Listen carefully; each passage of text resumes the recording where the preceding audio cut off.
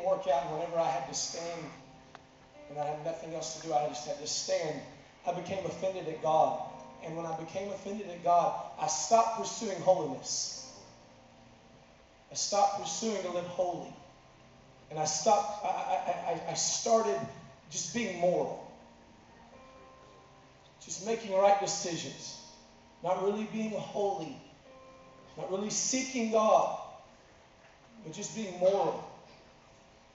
And because my righteousness is filthy rags before the Lord, I ended up going further and further and further than I ever thought my sin would take me. And a one-time person who was a spokesperson for the Fellowship of Christian Athletes, and the one way to play drug-free, I found myself 2.5 years ago addicted to cocaine. And it consumed my life. And I went further in an 8 to 10 month period than I ever thought I could go.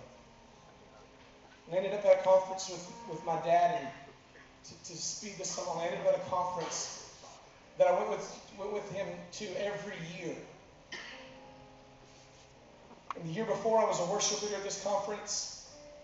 I went there getting Eddie's material, doing it in church, and then the following year, less than 365 days later, I'm standing in the same conference in the same place, addicted to cocaine.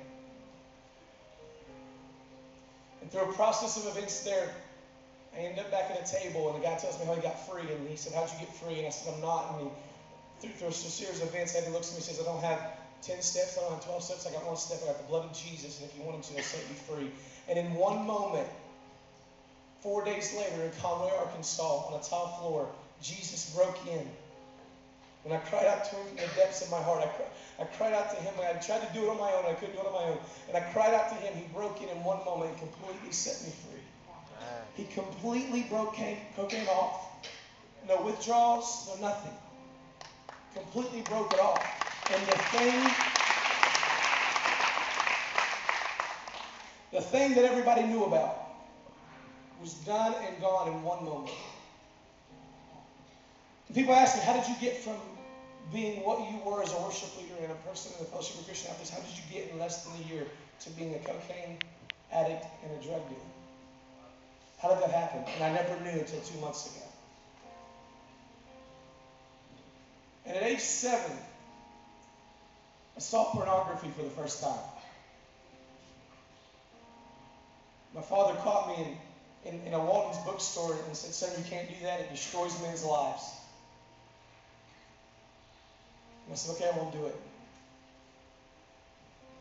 And I ended up going through junior high and then just getting into high school and going to other friends' houses for stayovers and things like that. And understand, my family made no provision for the flesh to fulfill the lust thereof. There wasn't that opportunity. It wasn't like this was something that was just deemed like it was okay.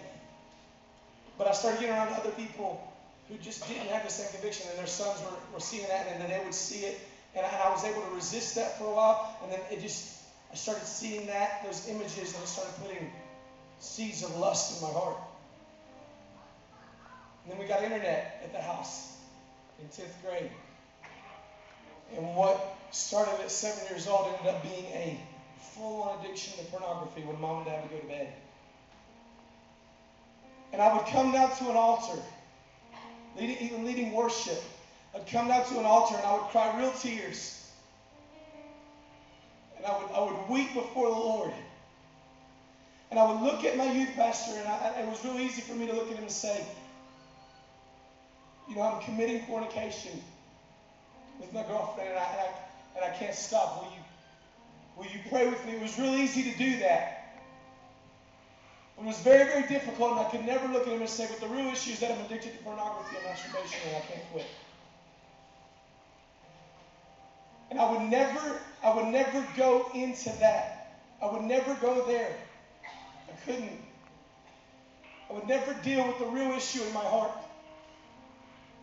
I would never deal with the real issue in my heart. And I ended up in cocaine addiction. Not because alcohol was that good and I wanted to get into the clubs that much and I started going into the party lifestyle just because the party lifestyle was so great. But I started going out to the clubs and things, trying to fulfill that lust in my heart that was placed there from a hidden addiction to pornography. And what was seemingly okay to society almost cost me my life. It almost cost me my life. When the guns were in the back of my head and the guns were in my stomach, and this drug lifestyle, it all started because of pornography. And I never came to a place of having any type of freedom from this thing until in this ministry, after even being here for over a year, and being good and then falling, and then being good and falling, being good and falling.